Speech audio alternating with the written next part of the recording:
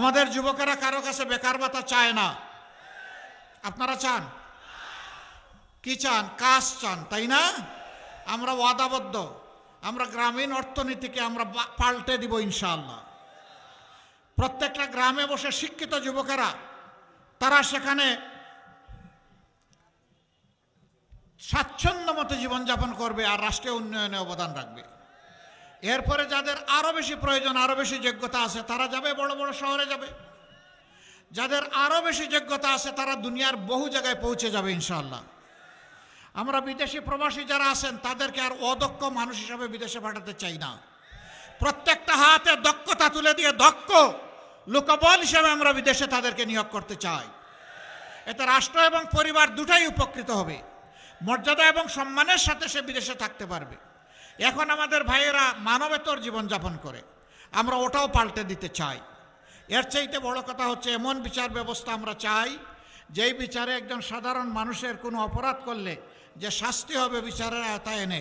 যদি দেশের প্রধানমন্ত্রী, দেশের প্রেসিডেন্ট একই অপরাধ করেন, বিচার তাকে ছাড় দিয়ে কথা বলবে না,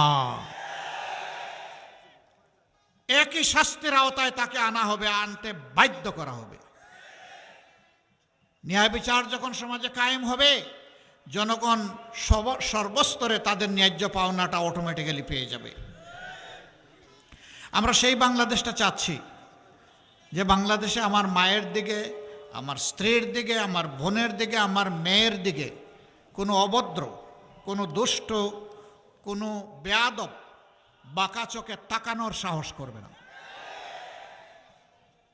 সেই বাংলাদেশ আমরা চাই। ওই বাংলাদেশ চাই যেই বাংলাদেশে আর ধর্ম, বর্ণ, জাত পাতের ব্যবধানে জাতিকে আর টুকরা টুকরা করতে দেব না। এই বাংলাদেশে ঐক্যবদ্ধ বাংলাদেশ। একজন মুসলমান, হিন্দু, বৌদ্ধ, খ্রিস্টান, তার ধর্মীয় পরিচয় যাই হোক, সে একজন বাংলাদেশী। আমার দেশের সংবিধান প্রত্যেকটি নাগরিককে সমান অধিকার নিশ্চিত করতে বাধ্য। কাউকে ধর্মের কারণে তার অধিকার থেকে বঞ্চিত করা যাবে না। শুধু দেখতে হবে সেই মানুষটা ওই কাজের জন্য উপযুক্ত কিনা, আর দেশের প্রতি তার দায়বদ্ধতা বা দেশপ্রেম আছে কিনা। যদি তার মধ্যে এই দুটি জিনিস থাকে তাহলে কাজ অটোমেটিক্যালি তার হাতে চলে যাবে। সরকারি, আধা সরকারি, বেসরকারি, স্বায়ত্তশাসিত যেখানেই কাজ হোক একই নীতিমালা অনুসরণ করতে হবে ইনশাআল্লাহ। কর্মস্থলে যে সমস্ত নারীরা, বোনেরা, মায়েরা কাজ করেন তাদের জন্য baby care, day care centre গড়ে তোলা হবে জায়গায় জায়গায়, এবং শিল্প ঘন এলাকায় তাদের জন্য আলাদা বিশেষায়িত হাসপাতাল গড়ে তোলার পরিকল্পনা আমাদের রয়েছে। কারণ রাষ্ট্রকে তারা দিয়েই যাবে আর তার নিজের মূল্যায়ন মর্যাদাটা রাষ্ট্র করবে না, এটা হতে পারে না। এই রাষ্ট্র শ্রমিকদেরকে আর রাস্তায় নামে দাবি আদায়ের জন্য আইন শৃঙ্খলা বাহিনীর মুখোমুখি করবে না, বরঞ্চ শ্রমিক না চাওয়ার আগেই তার কাছে তার অধিকার পৌঁছায় দিতে হবে। রাসূলুল্লাহ সাল্লাল্লাহু আলাইহি সাল্লাম বলেছেন, ওরা সম্মান করো, ওর গায়ের ঘাম শুকানোর আগে ওর পাওনা যা আছে হিসাব করে দিয়ে দাও। এই নীতিমালার ভিত্তিতে ইনশাআল্লাহ দেশ চলবে। আমরা সেই দেশটা গড়তে চাই। আপনারা আছেন? 2টা ভোট। কয়টা ভোট? 12 তারিখ 2টা ভোট। প্রথম ভোট গণভোট। গণভোটে কি দিবেন? কি দিবেন বলেন? হ্যাঁ মানে আজাদি, না মানে গুলামি। আজাদি না গুলামি, আজাদি না গুলামি। ইনশাআল্লাহ প্রথম ভোট হ্যাঁ।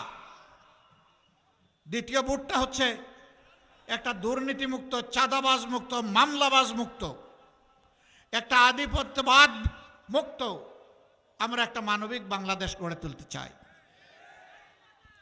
এই মানবিক বাংলাদেশ গড়ে তোলার জন্য 11টা দল, 11টা প্রতীক, কিন্তু এক জায়গায় এক প্রতীকে ইনশাআল্লাহ আমাদের লড়াই। এই জায়গায় লড়াইটা হচ্ছে দাড়িপাল্লার ইনসাফের প্রতীক। মার্কাটা কি? আরো জোরে ইনশাআল্লাহ। মানুষটাকে অধ্যাপক মুজিবুর রহমান, উনারে চিনেন? উনি বসন্তের কোকিল, উনি সর্বক্ষণ আপনাদের সাথে আছেন, সুখে দুঃখের সঙ্গী, ভাই বোনদের সবার খেয়াল রাখেন, কোনো দল মত এগুলার ব্যবধান করেন, তিনি সবাইকে বুকে ধারণ করেন, সেই মানুষটার হাতে এখন ইনসাফের প্রতীক দাঁড়িপাল্লা আমরা তুলে দিচ্ছি। মুজিব ভাই একটু এগিয়ে আসুন।